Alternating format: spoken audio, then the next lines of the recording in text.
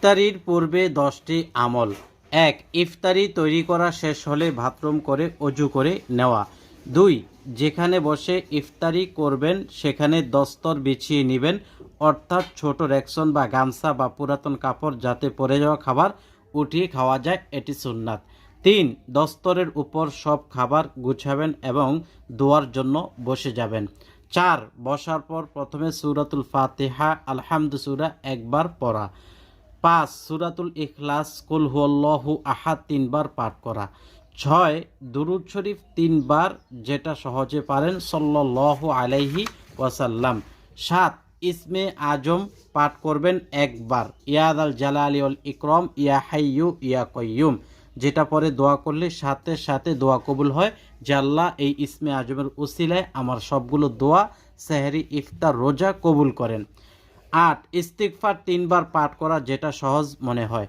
আস্তাগফিরুল্লাহ আছে, আস্তাগফিরুল্লাহ আল্লাযী আছে, আস্তাগফিরুল্লাহ রাব্বি মিন কুল্লি যামবি ওয়া আতুবু ইলাইহি, লা হাওলা ওয়ালা কুওয়াতা ইল্লা বিল্লাহ, যেটা ভালো মনে করেন সেটাই পড়তে পারবেন। 9. এরপর মুনাজাত দিবেন, কান্না করার চেষ্টা করবেন, না আসলে কান্নার অন্ততপক্ষে ভান ধরবেন।